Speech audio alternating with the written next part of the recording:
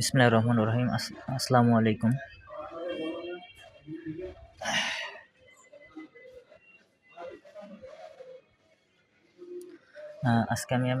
আজকে আমি আপনাদের দেখাবো কিভাবে মিষ্টি কুমড়ার ব্যাকগ্রাউন্ড রিমুভ করা হয় বা কিভাবে ফটোশপের মাধ্যমে ছবির ব্যাকগ্রাউন্ড রিমুভ করা হয়।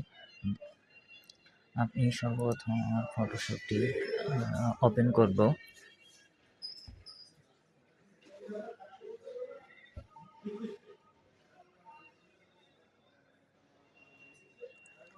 আর দেখেন ফটোশপটি ওপেন হয়েছে। তারপর হচ্ছে যেখানে আমি ফাইলটি রেখেছি, যেমন হচ্ছে ওপেন এস ডাউনলোড, এই যে ডাউনলোডে আমার ফাইলটি রেখেছি, ফাইলের নাম হচ্ছে মিষ্টি। আমি ফাইলটি হচ্ছে গিয়ে ওপেন করব।